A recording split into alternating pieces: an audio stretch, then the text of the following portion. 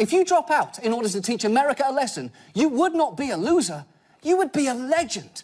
There'd be a federal holiday in your honour, and it would be called Guy Who Decided Not to Be President's Day. And it would be the greatest day ever. And look, I know this sounds far-fetched. You're probably wondering how it would all even work. Well, what if I told you there was a foolproof instruction manual? You'd be interested, right? Now, what if I told you this instruction manual was written at the 5th grade reading level? You'd be very interested, right? Well, guess what? We found this 1996 book for children called The Kid Who Ran for President, and believe me, this is basically about you.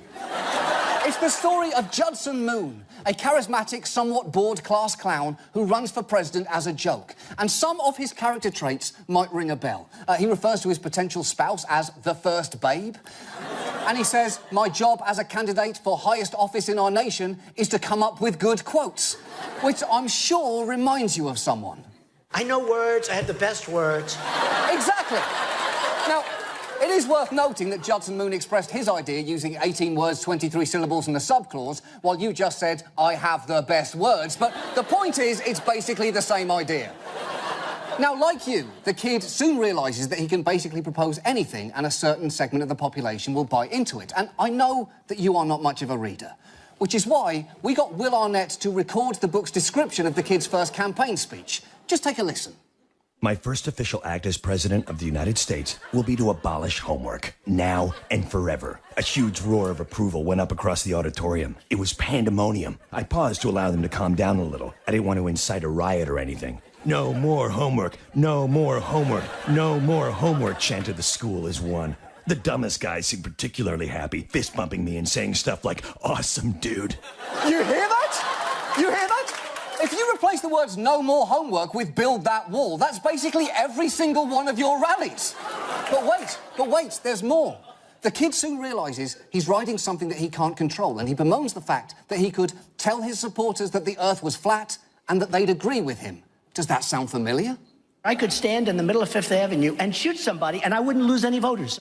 Come on, the parallels are fucking uncanny here. Now, granted, this fictional 12-year-old boy sounds vastly more reasonable than you, an actual 70-year-old man, but you get my point here. And here is where we get to the stuff that you can actually use. Because despite the kid's best efforts to sabotage himself, he's actually elected president, and that is when, shocked and disgusted by his fellow Americans, he resigns and delivers the following speech, which you could basically deliver word for word. I have a question for the grown-ups of America. Are you out of your minds?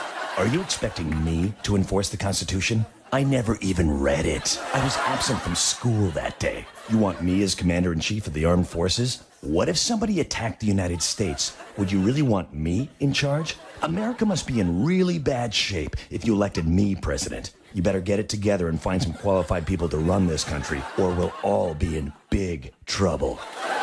That is a perfectly Trumpian address.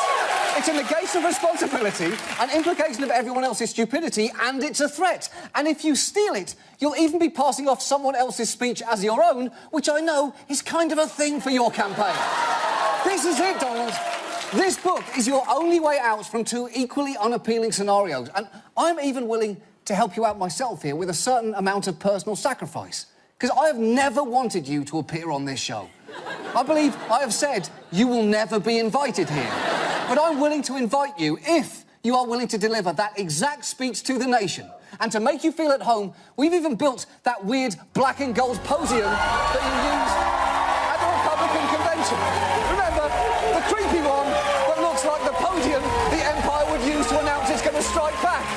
So, Mr. Trump, Don Drew, back in February, I stood here and I called you a two-bit bullshit artist conning America to help himself. Please, prove me wrong and show yourself to be a three-bit bullshit artist conning America to help America. Embrace your destiny as the real-life kid who ran for president for all of our sakes. That is our show. We'll be back